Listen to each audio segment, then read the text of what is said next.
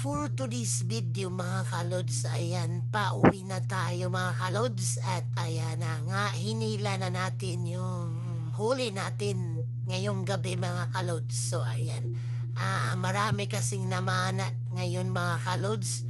Ang dami talagang namamana ngayon sa dagat at syempre dahil malakas tayo ni Lord, ang daming blessing na naibigay at syempre pabida na naman to si Mr. Octopus. Hindi lang isa, hindi rin lang dalawa, at hindi lang tatlo.